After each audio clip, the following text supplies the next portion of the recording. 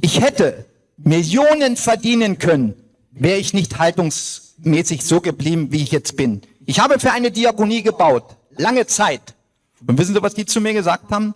Du kriegst einen 35 Millionen Auftrag, wenn du mit Hallo Meinung aufhörst. Wissen Sie, was ich gesagt habe? Wenn eine Alice Weidel, wenn es nur darum geht, einen Menschen fertig zu machen, ein Tino Kruppalla, wird gesagt, wo leben Sie, wo zahlen Sie Ihre Steuern? Und glauben Sie mir, ich bin lange Zeit in Berlin gelebt, ein Günter Jauch, der im Jahr 12 Millionen für seinen Scheiß kriegt. Wer wird Millionär? Stellt sich hin, versucht sie fertig zu machen, wo zahlen sie ihre Steuern, lebt in Potsdam abgeschottet. Und das ist genau dieses linksgrüne Gesindel, was in irgendwelcher Form Angst hat, abzugeben von der Macht, denn darum geht es. Verfolge die...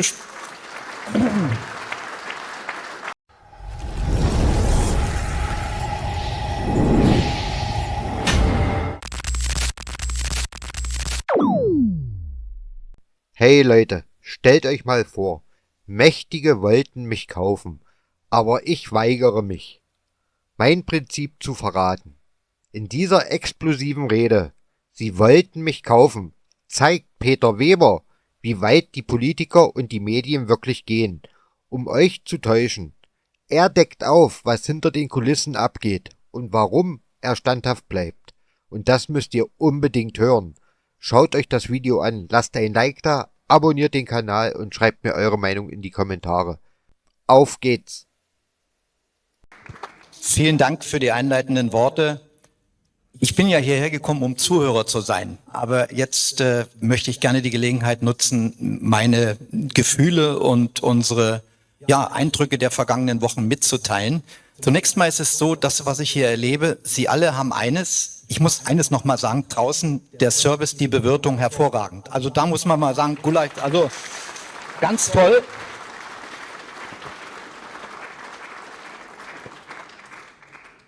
Die zeigen uns eines, dieses Land ist nur zu verändern durch die Gesellschaft. Uns gibt es jetzt 5,5 Jahre mit 3.800 Sendungen und wir haben über 20 Millionen Zuschauer im Monat nach den neuesten Mediadaten. Und da können wir uns eine Meinung erlauben. Und glauben Sie mir, wir waren unlängst im Bundestag, als dieses sogenannte Zustrombegrenzungsgesetz beschlossen werden sollte. Und ich habe mich noch nie so geschämt. Was ich dort erlebt habe, ist, die Politik wird sich nicht ändern. Die Giftspritze nach der Wahl ist schon angerichtet. Die Giftspritze heißt CDU, CSU, SPD und Grüne, denn alleine wird es die CDU, CSU mit der SPD nicht schaffen. Ich habe in den letzten Wochen immer gedacht, Dreckschleudern haben wir nur im Dieselbereich, wie es von den Grünen und von den Umweltschützern heißt. Aber die größten Dreckschleudern, die ich kennengelernt habe, waren die Medien und der politische Gegner.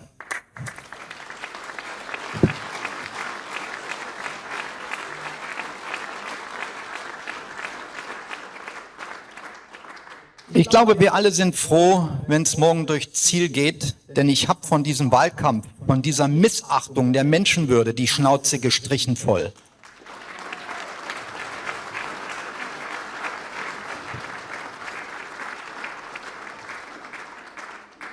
Wenn eine Alice Weidel, wenn es nur darum geht, einen Menschen fertig zu machen, ein Tino Kruppalla, wird gesagt, wo leben Sie, wo zahlen Sie Ihre Steuern?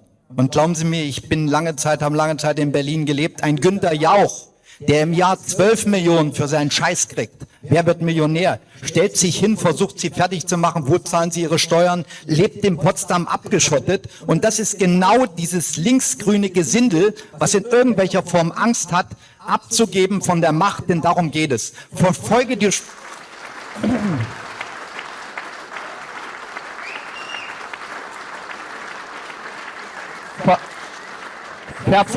Verfolgen Sie die Spur des Geldes.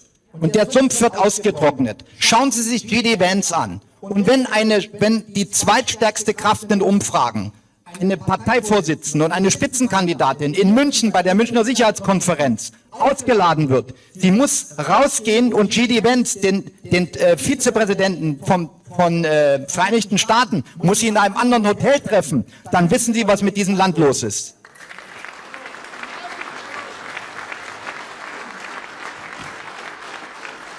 Jedes andere Land wäre diese Partei unter der politischen Verfolgung. Jedes andere Land. Man muss es einfach so sehen, was hier passiert, wenn dann auch noch verfolgt wird, in dem Moment, wie oft übernachten Sie in Deutschland? Und das, Frau Weidel, ich komme darauf zu sprechen, da wird gefragt, Sie verkehren in der und der Bar, waren Sie mit Ihrer Frau und da wird der Barbesitzer gefragt, dann fragen wir, wie runtergekommen ist dieses Land, einschließlich der Presse und einschließlich der Politik, einschließlich der Kirchen, einschließlich der Gewerkschaftsfunktionäre und der ganzen Nichtregierungsorganisationen. Deshalb sage ich Ihnen, sollten wir es so machen, wie es USAID macht, Geldhahn abdrehen und wissen Sie, was dann los ist? Dann geht dieses Gesinde nicht mehr auf die Straße.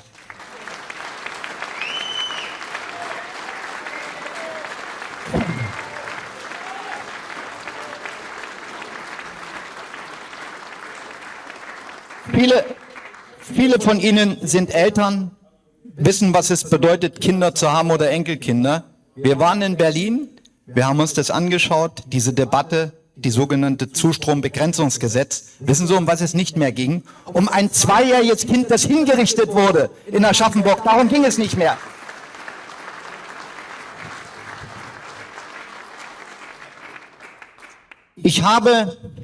Wir haben jetzt vor 5,5 Jahren, und bedanke mich bei meiner Frau, die leitet die Redaktion, machst du wirklich klasse mit dem Team. Und glauben Sie mir, wir haben viel Dreck abbekommen. Ich sage jetzt, wie es ist.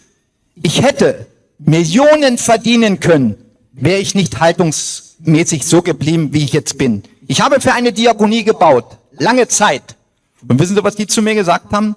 Du kriegst einen 35 Millionen Auftrag, wenn du mit Hallo Meinung aufhörst. Wissen Sie, was ich gesagt habe? Ich war im Kindergarten schon ein Rebell, in der Schule, meine Eltern mussten auf hinkommen und ihr werdet mich nicht erpressen können, nicht wegen der Kohle.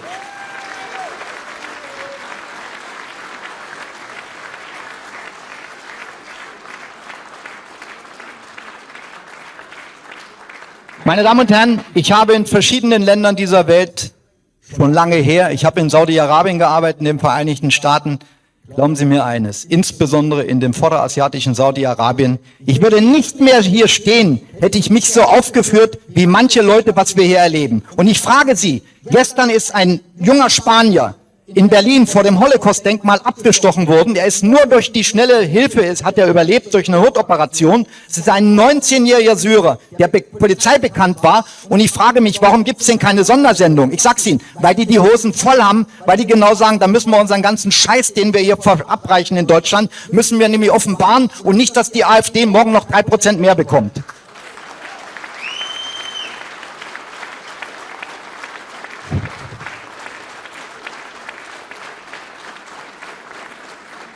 Wir haben ein breites Spektrum an Informationen und wir kriegen auch die Informationen und ich darf Ihnen eines sagen. Wir haben Tausende, weit über 15.000 Mails im Monat und ich sage Ihnen eines, der Zuspruch und der Puls, das spüren wir. Weil wir werden noch eher angeschrieben als die Partei selbst. Und der Zuspruch, der ist immens. Und wissen Sie, was ich auch erlebe? Früher wurde gesagt, naja, ich sagte, ich wähle die ja. Heute ist es, die sagen, ich wähle die AfD, ich wähle sie laut und ich bekunde es. Und eines sage ich Ihnen, meine Damen und Herren, und deshalb sitzen Sie hier. Nur Sie als Gesellschaft können die Politik ändern. Die Feste der Politik, wir haben es im Bundestag erlebt, die haben eine eigene Festung. Sie müssen sich vorstellen, Sie laufen durch den Bundestag unten durch, wir sind zum Kai rübergelaufen, das sind unten kilometerweite Gänge. Wir sind der Pöbel. Ich zähle mich als Unternehmer, als Mensch dazu. Mein Vater war Kohlenhändler in Berlin. Ich bin mit Migranten aufgewachsen. Wir sind der Pöbel. Der Pöbel fährt A6. Die Gehobenen fahren Sima BMW, die fahren Audi S8, Mercedes S-Klasse und die ganz hochgestochenen haben Blaulicht oben drauf. Wissen Sie, was denen verloren gegangen ist? Der Bezug zu uns. Und der ist verloren gegangen. Und das sage ich eines, die beiden...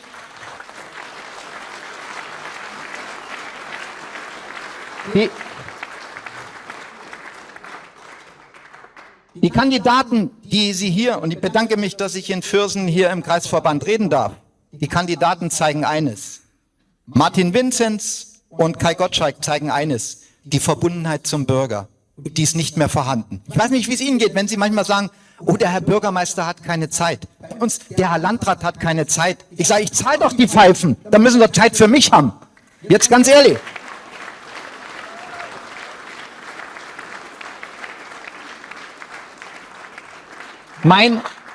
Währenddessen, wir haben jetzt sehr viele Sendungen gemacht mit der AfD muss sagen, für die AfD.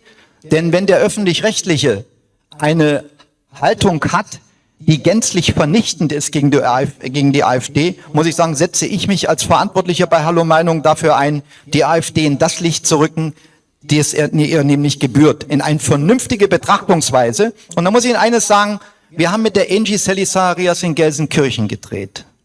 Und ich muss Ihnen eines sagen, diese Frau verdient ganz hohen Respekt. Sie spricht über Islam, Islamismus und sie muss sich größten Anfeindungen ausgesetzt sehen, zum anderen aber auch bis zur Bedrohung von Mordandrohung. Und das, meine Damen und Herren, das zeigt eines. Alle, wie Sie hier sind, zeigen eines, Sie halten Ihre Birne in den Wind. Und nicht, dass man sagt, oh, das meine ich aber nicht so. Nein, Sie meinen es so. Und das muss sich potenzieren, dass man, ich meine es so. Ich wähle die AfD. Und ich will Ihnen noch eines sagen. Alle, der Restle, Monitor sagt Ihnen allen bekannt, ist sicherlich für alle bekannt. Monitor hat vor 5 Jahren, haben die sich 8 Minuten zur besten Sendezeit mit mir beschäftigt. Ich versuche seitdem mit dem Restle, ich sage, lad mich doch mal ein. Ich sage, ich war nicht dabei, du hast versucht, mich fertig zu machen. Ist ihnen nicht gelungen. Wir haben nämlich parallel dazu abgefilmt, als die da waren. Ich habe nämlich gesagt, wir filmen das ab und nicht, dass ihr die Sendung so gestaltet, wie ihr wollt. Deshalb ist es schiefgegangen. Aber ich sage immer zum Restle, lad mich doch ein. Wenn du mich fertig machen willst, lad mich doch in der Sendung ein. Wissen Sie, was das ist? Ein feiger Sack.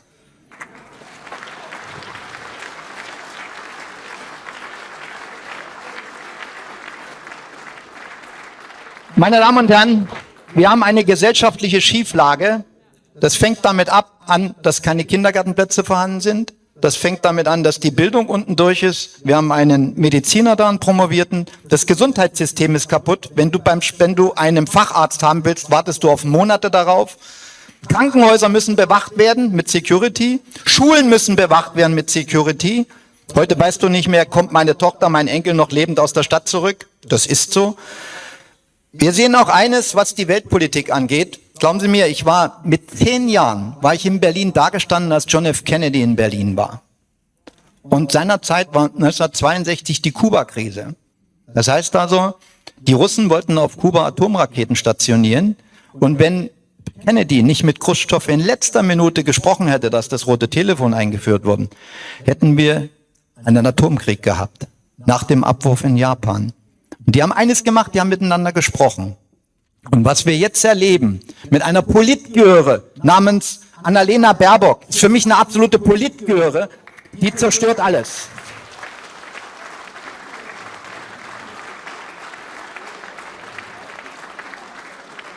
Wir legen uns mit Russland an. Der chinesische Staatspräsident ist ein Diktator und jetzt legen wir uns auch noch mit Amerika an, mit den Vereinigten Staaten. Ich frage Sie, geht's dämlicher? Für mich nicht. Absolut irre. Und deshalb muss eines sein. Ich wünsche, in 2,5 Jahre, Kai, wird dieses Land die Regierung nicht mehr aushalten. Wir werden Bruchstellen haben, die nicht mehr so schnell zu kitten sind. Wenn die Industrie einmal weg ist, kommt sie nicht mehr zurück. Der Mittelstand, der kaputt gegangen ist, von einem Wirtschaftsminister, da fragen Sie wirklich, Schwachkopf ist eine Tatsachenbehauptung oder Beleidigung? Ich sage eher eine Tatsachenbehauptung.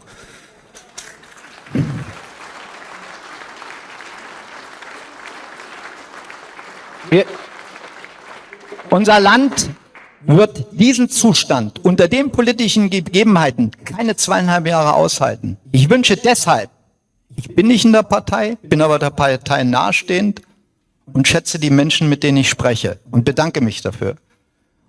Dieses Land braucht eine Veränderung und jeder, der noch unentschlossen sein sollte, oder wenn Sie Menschen jetzt sprechen, sollten Sie rausgehen und sagen, überlegt doch mal, was in dem Land los ist. Und jemand von meinen Vorrednern hat schon gesagt, das Realgeschehen in dem Land lässt sich nicht mehr leugnen. Ich danke, dass Sie zugehört haben. Vielen Dank.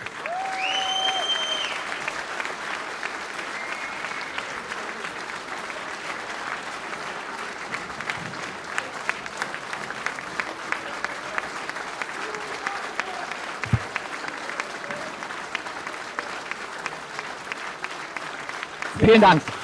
Alles Gute. Gott schütze uns.